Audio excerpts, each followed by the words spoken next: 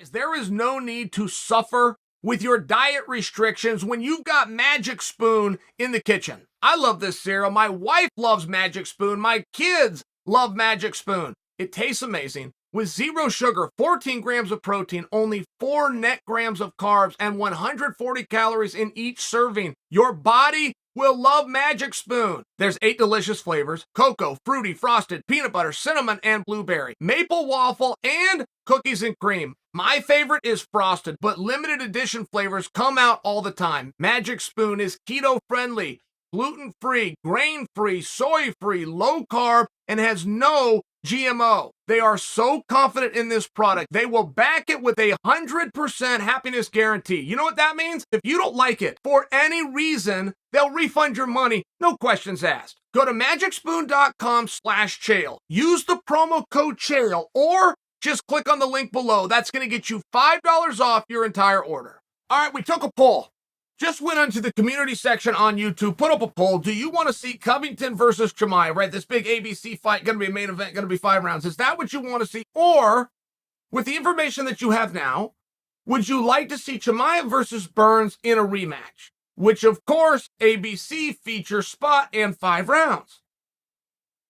Twitter could not have been clearer. You want the rematch. Could not have been clear. 3 different publications picked this story up, and God bless them all. They credit us over here at Bad Guy Inc. I appreciated that very much. But even an international one out of Canada credited us. Now, let me tell you where we're at with this with the boys. Both have accepted. And I'm talking about Chimaev and Burns. They both accepted. But hold on, not so fast. That was a Twitter poll. When I went onto YouTube, it was a landslide. 81% Colby.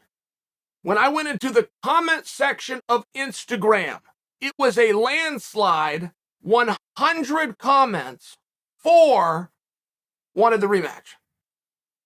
You guys wanted Colby. Great. Looks like the direction we're going anyway. I love the parody. That's a fantastic, they're both fantastic matches, right? You got offered 2 awesome matches. But you guys weren't split down the middle, even in hindsight of seeing what you saw, even disagreeing with the decision, even thinking that Gilbert should get X, Y, and Z. One reason that I was arguing in the first place for Gilbert versus Chimaev is so that Gilbert gets a bump. I do not remember Chandler losing to Gaethje, and I watched it. I forget, because both guys went up. And that is how history will reflect, because Chandler's drawn right into one of the biggest stars in the sport, which is Tony Ferguson. So he is getting a lift. Great. If we don't give a lift to Gilbert Burns, as a community, we have once again failed. We have failed him. Gilbert's only reward for doing things that nobody else is willing to do can't be that he gets asked continuously to do more things that nobody else wants to do. There has to be a reward. And if Chimaev is going to advance onto ABC, onto network television, in a main event with anybody, he's getting the appropriate bounce. He deserves that. But what are we going to do with Gilbert? It was just one of the reasons that I like the idea of a rematch. Now, we are serving Gilbert. We all get what we want. Chimaev gets the bump he deserves, but so does Gilbert. They're going to go figure this out a second time. That was one of my number one motives for arguing this. Not that I don't love the match of Colby versus Chimaev, just for example. But I also thought I'd win you guys with that. I thought the human element, I thought you would be compelled to that and say, yes, I'm going to put my desire to see the fresh blood of Colby versus Chimaev on hold. Instead, I'm going to put my wish and my desire into serving the athletes in question, in this case, Gilbert, who I don't want left behind. I just thought that human element would win you over, and I'm here to tell you it did not. You guys were a lot like me. You loved both ideas. You thought you had 2 really fun ideas. But you went 80+% to Colby. So now let's talk about what the athletes are saying. Okay? 3 different publications picked this up. Chimaev said, in 5 rounds, I will take your soul. That was Chimaev's comment. It was extremely on brand. It was a very powerful statement. Gilbert Burns said, I did you a favor, young man. I'm ranked number 2 in the world. You're ranked number 11.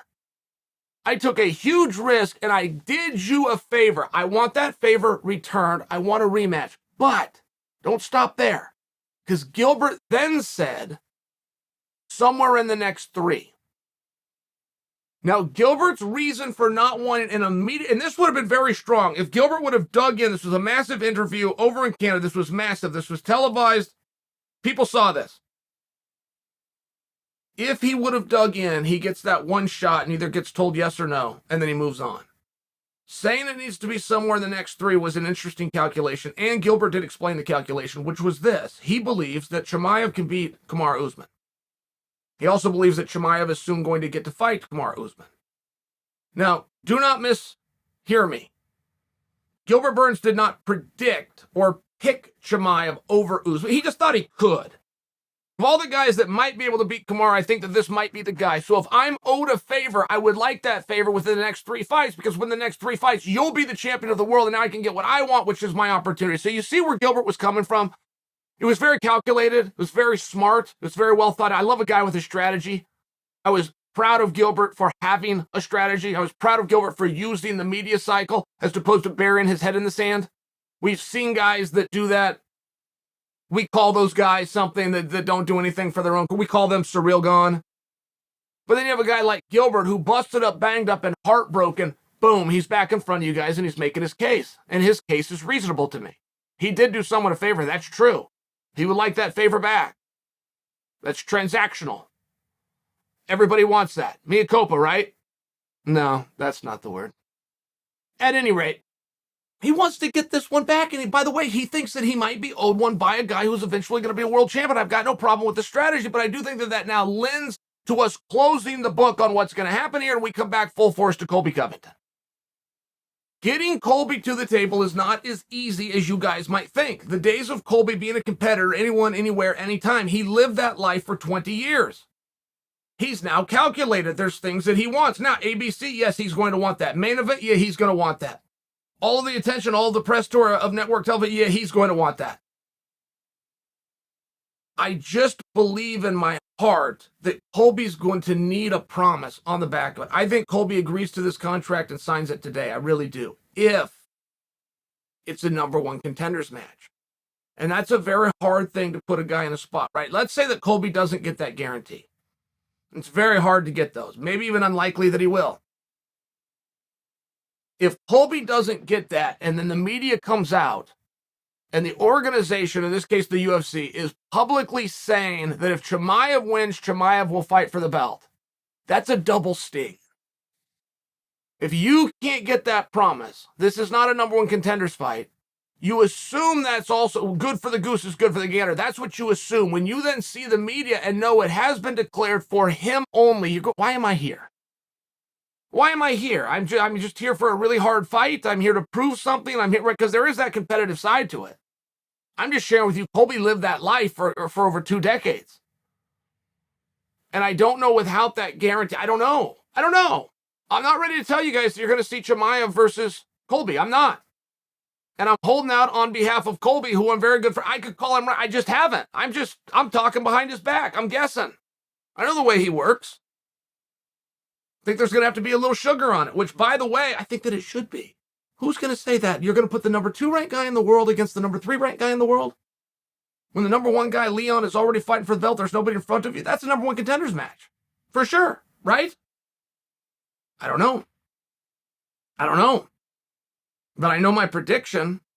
If it's not a number 1 contenders match, don't expect to see Colby.